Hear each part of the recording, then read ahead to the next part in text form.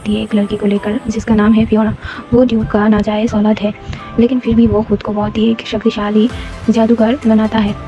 एक दिन family dinner में फियोना को बुलाया जाता है क्योंकि वहाँ पर बातें हो रही थी आने वाला वॉर में इस फैमिली से कौन हिस्सा लेगा। और उसी वक्त हमारा हीरोइन फियोना हमसे कहती है, ये एक नॉवल का दुनिया है और मैं जिस लड़की का बॉडी में रिइंकार्नेट हुआ हूँ वो इस कहानी का एक विलनिस है। और सबसे बड़ी बात, ये कहानी का ऑथर और कोई नहीं, मैं खुद ही था। असली कहानी में हीरो एम्परर होता है और हीरोइन एक सेंटेंस होता है और वो दोनों मिलकर इस दुनिया को बचाता है।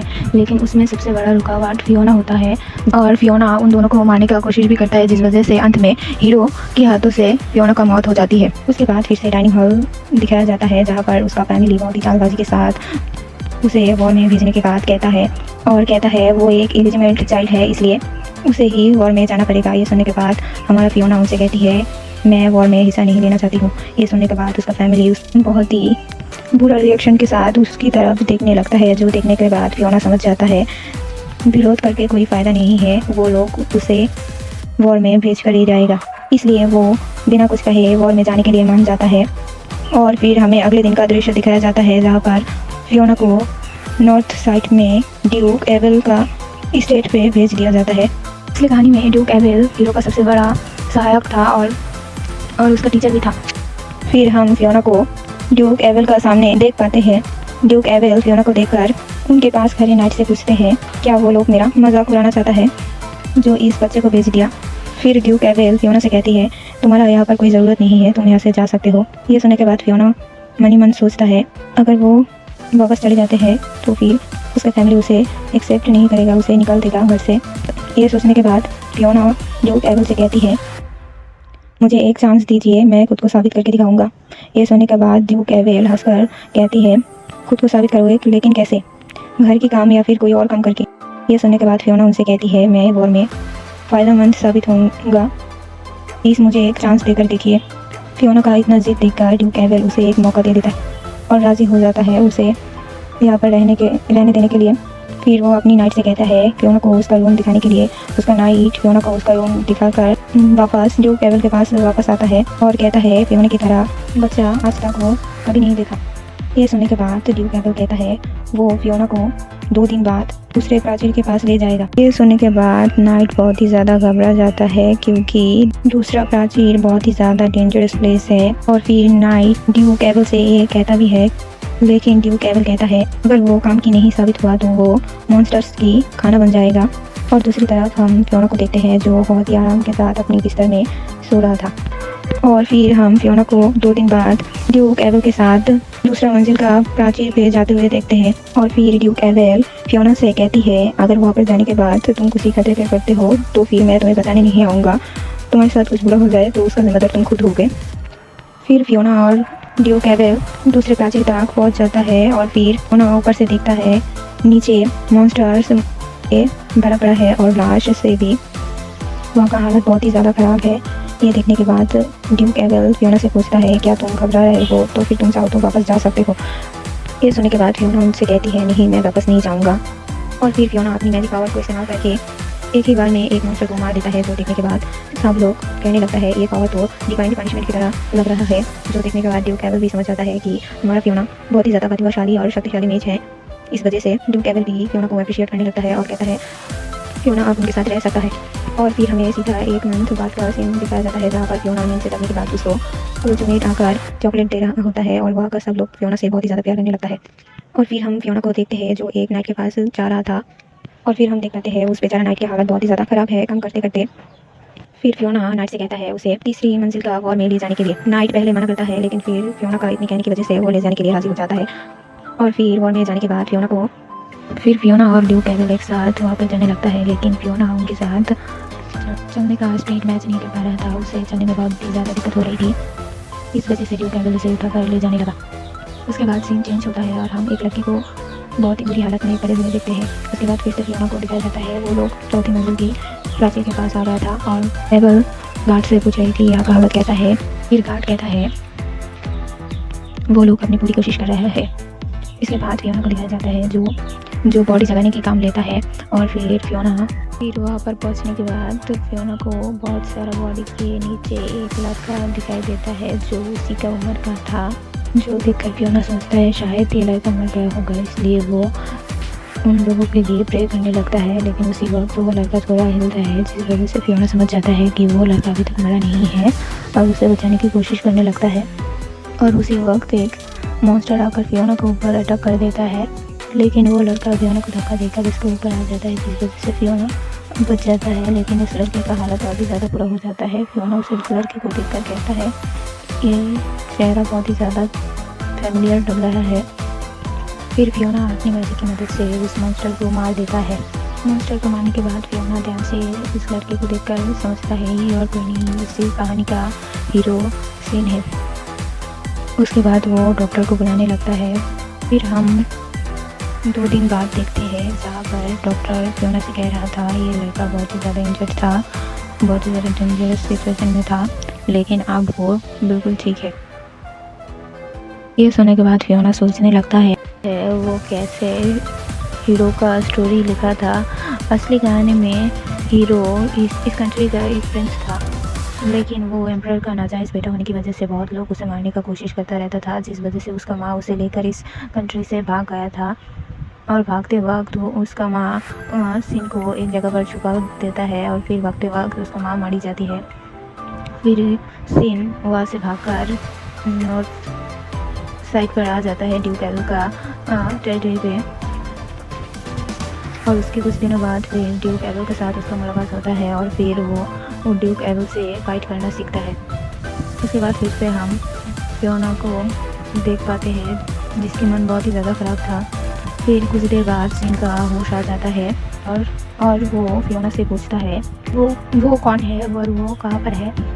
फिर फियोना उसे कहता है वो वही लड़की है जिसने उसे बचाया था और उसे डॉक्टर बुलाकर उसका ट्रीटमेंट किया था और उसका नाम फियोना है, ये भी कहता है। फिर फियोना उसे चेक करने के लिए जाता है, लेकिन सीन उसे अपने आप को छूने नहीं देता, जिस वजह से फियोना उसका घाव पर उंगली से टच करता है, जिस वजह से सीन को बहुत ही ज़्यादा दर्द होता है। इसलिए सियॉन फियोना से पूछता है वो ये क्या कर रहा है। फिर फियोना उससे कहता है वो इंजर्ड है, ये देख रहा है।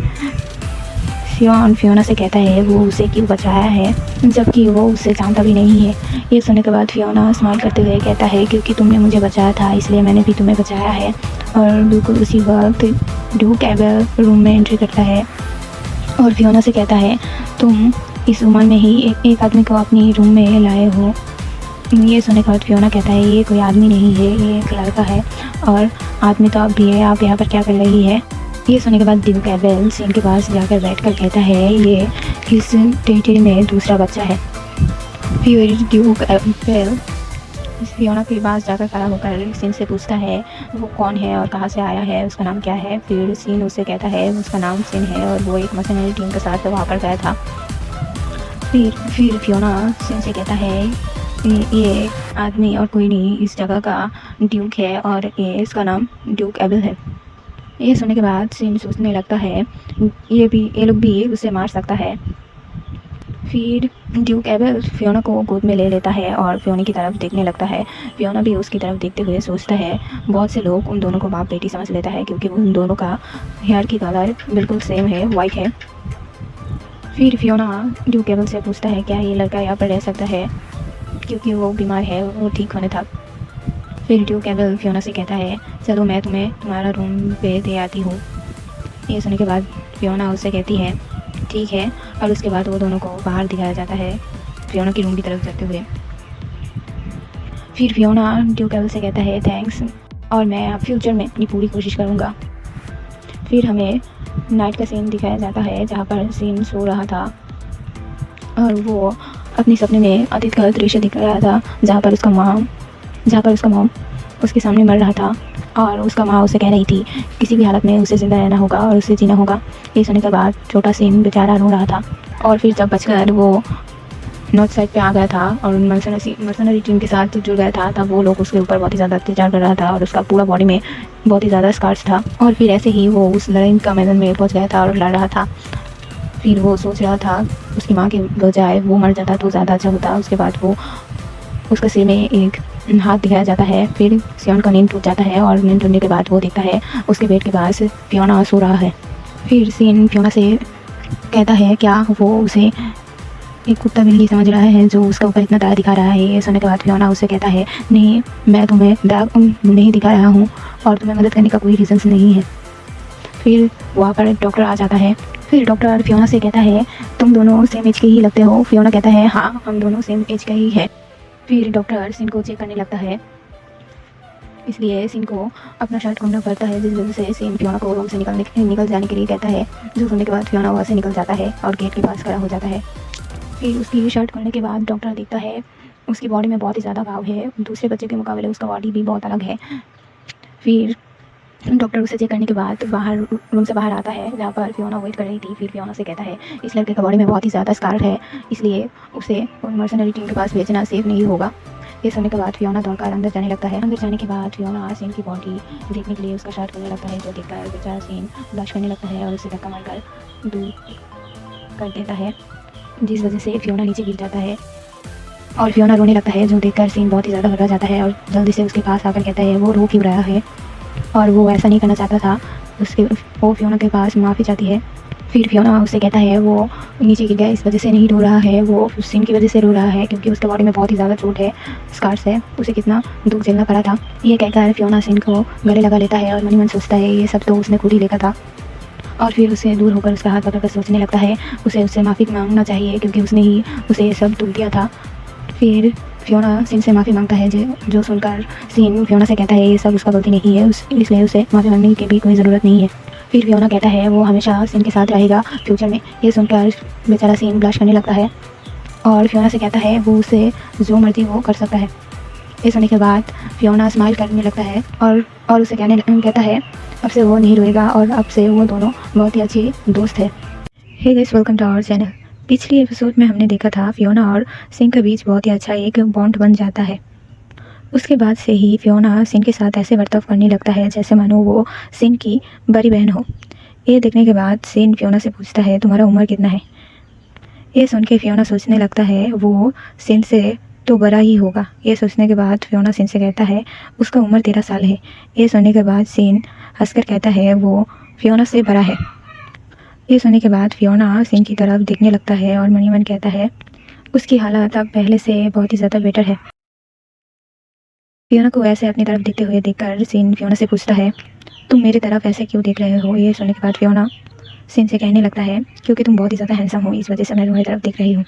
लेकिन उसी वक्त रूम में एक नाइट आकर फियोना से कहता है एक बहुत ही बड़ा जाइंट मॉन्स्टर दूसरे प्राचीर पर अटैक कर दिया है। ये सुनने के बाद फियोना जल्दी से नाइट के साथ जाने लगता है, लेकिन सीन उसे रोक लेता है और उसे मना करने लगता है वॉर में जाने के लिए। लेकिन फियोना ये सुनकर कहता है, ये सुनने के बाद फियोना सीन से कहता है वो एक मेज है और उसका जिम्मेदारी है लोगों को बचाना, उसका जिम्मेदारी है। ये सुनने के बाद सीन बहुत ही ज़्यादा वरीड होते हुए कहता है दूसरे प्राचीर बहुत ही ज़्यादा खतरनाक प्लेस है, वहाँ पर बहुत से मर्सनरी टीम जाकर और कभी वापस नहीं आया है। फिर सियोन उस नाइट के पास जाकर उसे कहता है क्या नॉर्थ साइड इतना ज़्यादा कमज़ोर है जो उसे एक बच्चे को प्रोटेक्ट करना पड़ रहा है, जहाँ पर आप लोगों का जिम्मेदारी है बच्चे को बचाना। फिर सीन फियोना का हाथ पकड़ के कहता है मैं सोचा था नॉर्थर्न रीजन हमेशा सबके साथ इंसाफ करता है, जस्टिस करता है। ये सुनकर फियोना सीन से कहता है सब कुछ ठीक है और उसे लेकर चिंता करने की कोई ज़रूरत नहीं है। ये सुनने के बाद सीन फियोना से कहता है मुझे तुम्हें लेकर बहुत ही ज़्यादा डर लग रहा है। फियोना सीन से कहता है यहाँ पर उसकी ज़रूरत है इसलिए ही वो यहाँ पर है और वो अपनी डिसीजन बदलने में नहीं वाला है। ये सुनने के बाद सीन फियोना से कहता है और उसका फैमिली का क्या है। ये सुनने के बाद फियोना सीन से कहता है वो एक नाजायज़ औलाद है जिस वजह से उसका फैमिली उसे मारने के लिए ही भेजा है। उसका फैमिली को उसे लेकर कोई टेंशन नहीं है। ये कहकर फियोना दरवाज़ा खोलकर वहाँ से जाने लगता है, जो देखकर सीन फियोना से कहता है जल्दी वापस आ जाना। उसके बाद फियोना जब रूम से बाहर आता है तब वो देखता है ड्यूक एबल बाहर खड़ा हुआ है। Hey guys, welcome to our channel. पिछले एपिसोड में हमने देखा था सीन फियोना से कहता है वॉर में ना जाने के लिए, लेकिन फियोना वॉर में जाने के लिए रूम से बाहर आता है और बाहर आकर देखता है ड्यूक एबल बाहर खड़ा हुआ था। फिर फियोना ड्यूक एबल के पास जाता है और ड्यूक एबल फियोना को गोद में ले लेता है। फिर ड्यूक एबल से फियोना कहता है वो ड्यूक एबल का साइड में खड़ा होकर वॉर में लड़ना चाहता है। इसके बाद हम नेक्स्ट सीन में देख पाते हैं वॉर ख़त्म हो गया है और हर तरफ फिर से पहले की तरह शांति छा गया है। उसके बाद फियोना और सीन को हम गार्डन में देख पाते हैं, जहाँ पर वो दोनों बहुत ही कंफर्टेबली होकर एक दूसरे से बातें कर रहा था। फिर उसके कुछ दिनों बाद ड्यूक एवल फियोना को बुलाता है। फिर ड्यूक एवल फियोना से कहता है बैठने के लिए, क्योंकि ये बातें बहुत ही देर तक चलने वाला है। फिर ड्यूक एवल फियोना से कहता है डॉक्टर ने कहा है तो वो लड़का अब पूरी तरीके से ठीक है। ये सुनने के बाद फियोना सोचने लगता है ड्यूक एवल क्या कहना चाह रहा है। फिर ड्यूक एवल फियोना की तरफ देखकर कहता है, ड्यूक एवल फियोना से कहता है क्या तुम जानना नहीं चाहते हो इस लड़के का असली पहचान जानने के बाद भी मैं इस लड़के को क्यों यहाँ पर रहने दे रही हूँ और जिंदा छोड़ रहा हूँ। ये सुनने के बाद फियोना बहुत ही ज़्यादा शॉक हो जाता है और मन सोचने लगता है ड्यूक एवल कैसे सीन की असली लत के बारे में जान गया है, ये कैसे जान गया है कि सीन एक राजकुमार है। ये सब सोचने के बाद फियोना ड्यूक एवल को समझाने लगता है कि वो सीन की असली लत के बारे में कुछ नहीं जानता है, वो इस लड़के को मदद करना उसका जिम्मेदारी है। ये सोचकर वो उसने उससे बचाया था, उसे उसकी असलियत के बारे में कुछ नहीं पता था। ये सुनने के बाद ड्यूक एवल फियोना की तरफ देखने लगता है। फिर ड्यूक एवल बहुत ही शांत होकर फियोना से कहता है मैं कभी कभी समझ नहीं पाता हूँ तुम्हारा दिमाग में असल में चल क्या रहा है। तुम एक छोटा बच्चा हो लेकिन फिर भी तुम्हारा बर्ताव ऐसा है जैसे मानो तुम कोई बड़ा इंसान हो। ये सुनने के बाद फियोना थोड़ा मुस्कुरा कर कहता है ये तो नॉर्मल बात है। ये सुन के ड्यूक एवल का मन नहीं भरता और वो फियोना से कहता है अब तुम्हें लेकर मैं क्या करूँ। ये सुनकर फियोना थोड़ा डरने लगता है और डरते डरते ड्यूक एवल से पूछता है तो क्या आप मुझे घर से निकाल देने वाले हो। ये सुनने के बाद ड्यूक एवल कुछ देर चुप रहने के बाद फियोना से कहता है मैं तुम्हें यहाँ से निकाल देने के बारे में नहीं सोच रहा हूँ, बल्कि तुम्हें हमेशा के लिए यहाँ पर रखने के बारे में सोच रहा हूँ। ये सुनकर फियोना को थोड़ा चैन मिलता है, ज़्यादा खुश हो जाता है क्योंकि ड्यूक एवल उसे लात मारकर इस घर से नहीं निकलने वाला है। उसके बाद ड्यूक एवल फियोना से कहता है सीन का कहा वो मर्सिनरी टीम अब नई तरीके से इस जगह पर आफत क्रिएट कर रहा है, प्रॉब्लम क्रिएट कर रहा है। वो मर्सिनरी टीम इस टेरिटरी का इंसानों का ऊपर अत्याचार कर रहा है और शायद वो सीन की तरह या फिर सीन को ही ढूंढ रहा है। और फिर ड्यूक एवल बहुत ही ज़्यादा गुस्सा होकर बहुत ही डरावना तरीके से कहता है वो मर्सिनरी टीम इस टेरिटरी का औरतों का साथ भी बहुत ही बुरा बर्ताव कर रहा है, जो किसी भी तरीके से मान लेने वाला चीज़ नहीं है। इसके बाद ड्यूक एवल फियोना को एक लेटर देते हुए कहता है इसे पढ़ो, शायद उस चिट्ठी में कोई सबूत होगा। फिर ड्यूक एवल बहुत ही ज़्यादा सीरियस होकर कहता है फियोना से वो लोग मेरी टेरिटरी पे बुरा काम कर रहा है, मैं तुम्हें पूरी ताकत देता हूँ, जाओ जाकर उन लोगों को समझा दो हेलन फैमिली को ना मारने का फल क्या होता है। फिर हम उन दोनों को कैरेज में देखते हैं, जहाँ पर सीन फियोना को देखकर मन सोचने लगता है वो एक जादूगर है, फिर भी वो कितना ज़्यादा खूबसूरत है। उसका वाइट हेयर और गुलाब की तरह लाल आँखें उसे और भी ज़्यादा खूबसूरत बनाता है। ये सब सोचने के बाद सीन फियोना से कहता है हर खतरों से अपने आप को बचाना और खुद के बारे में भी सोचना। फिर सीन फिर से मन सोचने लगता है क्या फियोना उसकी सच्चाई जानता है, वो एम्परर का नाजायज़ बेटा है, क्या ये वो जानता है, और ये सच सामने आने के बाद कितना ज़्यादा खून बह सकता है, क्या इस बारे में भी उसे कोई आइडिया है। और उसी वक्त फियोना सीन से पूछता है उन लोगों को मतलब उन मर्सनरी टीम को कैसे सबक सिखाया जाए, क्योंकि वो लोग किसी को भी नहीं डरता है। ये सुनकर सीन फियोना से कहता है ये बहुत ही ज़्यादा आसान है फियोना, तुम्हें उन लोगों को उनकी ज़िंदगी को लेकर डर दिखाना पड़ेगा, क्योंकि ये एक इकलौती चीज़ है जो उन लोगों को काबू में ला सकता है, वो उन लोगों का सबसे बड़ा डर है मौत। ये सुनकर फियोना सीन से कहता है ठीक है, मैं उन लोगों को ऐसा सबक सिखाऊंगा जो वो लोग अपनी पूरी ज़िंदगी याद रखेगा। फिर सीन फियोना से पूछता है वो ये बात उससे क्यों पूछा। फिर फियोना सीन को कहता है क्योंकि वो उस मर्सनरी टीम के बारे में जानना चाहता था, क्योंकि ड्यूक एवल उससे कहा था मर्सनरी टीम के बारे में पता करने के लिए। उसके बाद उनकी कैरेज आकर रुक गया था। फिर फियोना कैरेज से बाहर आते हुए कहता है वो वही करेगा जो ड्यूक एवल उससे करने के लिए कहा था, और वो अब वो वही करने के लिए जा रहा है। ये देखने के बाद सीन फियोना से कहता है गैरेज बहुत ही ज़्यादा ऊंचा है, इसलिए उसे फियोना को लेकर बहुत ही ज़्यादा चिंता है और वो फियोना को बहुत ही ज़्यादा केयरफुली नीचे उतरने के लिए कहता है। उसके बाद वो खुद ही नीचे आकर फियोना की तरफ हाथ बढ़ाकर कहता है उससे उसका हाथ पकड़कर केयरफुली नीचे उतरने के लिए, और फियोना उसे ऐसे देखकर हंसने लगता है और फिर नीचे उतरने के बाद सीन से वो थैंक्स कहता है उसे मदद करने के लिए। फिर सीन मन ही मन सोचने लगता है ये लड़की असल में कौन है और कितना अजीब है, और मैं उसे अभी तक पूरी तरीके से विश्वास नहीं कर पा रही हूँ, लेकिन उसने मुझे बचाया था और उसके बारे में मुझे ऐसा नहीं सोचना चाहिए और इसलिए मैं हमेशा उसके साथ कर रहूँगा। लेकिन हम समझ पाते हैं हमारा सीन ऑलरेडी हमारा फियोना का प्यार में जुड़ गया है। उसके बाद वो दोनों एक नाई के पास जाते हैं जिसके पास सील लगा हुआ पेपर को साइन करवाने के लिए आया था। वो नाइट उन्हें विश्वास नहीं करता और उन लोगों को कहता है तुम दोनों घर वापस चले जाओ, लेकिन फियोना उन्हें बहुत ही अच्छे से ग्रीट करता है और उनसे कहता है ड्यूक एबल उन्हें उसे यहाँ पर भेजा है मर्सनरी टीम को सबक सिखाने के लिए। ये देखने के बाद और सुनने के बाद वो नाइट फियोना का ऊपर विश्वास करता है और उससे पूछता है उसे यहाँ पर क्या करना पड़ेगा। ये सुनने के बाद फियोना उस नाइट से कहता है उन मर्सनरीज को कैद करने के लिए और पूरी टाउन के लोगों को एक साथ करने के लिए। ये सुनने के बाद शीन फियोना से कहता है वो क्यों ऐसा करने के लिए कह रहा है। फिर फियोना शीन को जवाब देता है वो सिर्फ इंसाफ करना चाहता है। उसके बाद फियोना जाने लगता है और शीन से कहता है और शीन से पूछता है क्या तुम मेरे साथ आने वाले हो या फिर नहीं। ये सुनकर शीन थोड़ा ब्लश करते हुए कहता है वो फियोना के साथ ही जाएगा और उसका शील्ड की तरह उसे प्रोटेक्ट करना चाहता है। ये सुनकर फियोना थोड़ा कंफ्यूज हो जाता है और मन मन सोचने लगता है वो ये सब क्या कह रहा है। फिर थोड़ा स्माइल करते हुए शीन से कहता है ठीक है हम दोनों एक साथ चलते हैं।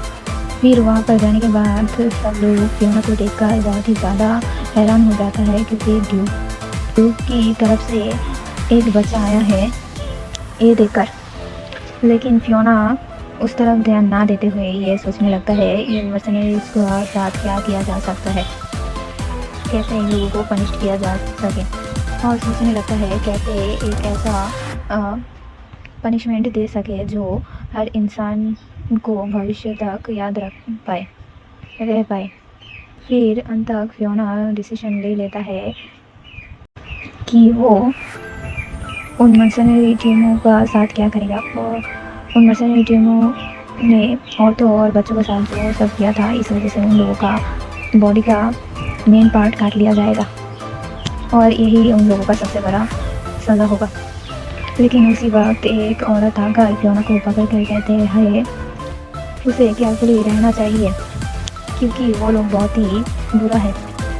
फियोना उस लेडी से कहता है उसे चिंता करने की कोई ज़रूरत नहीं है, और दूसरी तरफ उन मर्सनरी टीमों का लोग फियोना के ऊपर चीखने लगता है और कहने लगता है उन लोगों ने क्या किया है जो उन लोगों को पकड़ कर यहाँ पर लाया गया है और सज़ा देने की बातें कह रहे हैं। इसके बाद वो लोग फियोना से कहता है यहाँ से चले जाने के लिए।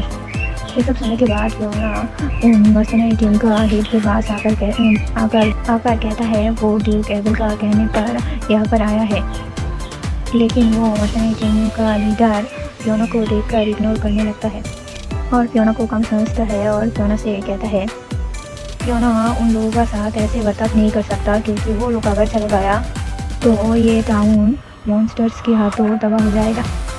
इसकी ये सब बातें सुनकर फियोना बहुत ही ज़्यादा गुस्सा हो जाता है और उसके बाद वो अपनी मैजिक की मदद से उसके पास एक अटैक करता है जिस वजह से वो बहुत ही ज़्यादा डर जाता है और साथ ही साथ सब लोग डर जाता है और हमारा हीरोइन कहता है इसके बारे में उन्हें लोगों को अंदर को लग जाता है और चुप हो जाता है। फिर फियोना उनसे कहता है तुम लोगों का पास दो रास्ता खुला है, एक तुम लोग यहाँ से चले जाओगे और दूसरा तुम लोगों के लिए बहुत ही ज़्यादा डरावना पनिशमेंट वेट कर रहा है।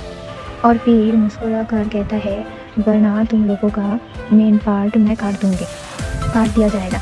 उसका ये स्माइल करता हुआ फेस मर्सनरी ड्यूक के लिए ये मॉन्स्टर्स का हंसी से भी ज़्यादा डरावना लगने लगता है। उसका हंसी बिल्कुल ड्यूक एबल की तरह था। और फिर फियोना उन लोगों से कहता है जल्दी से डिसाइड करने के लिए वो लोग कौन सा रास्ता चूज़ करना चाहता है।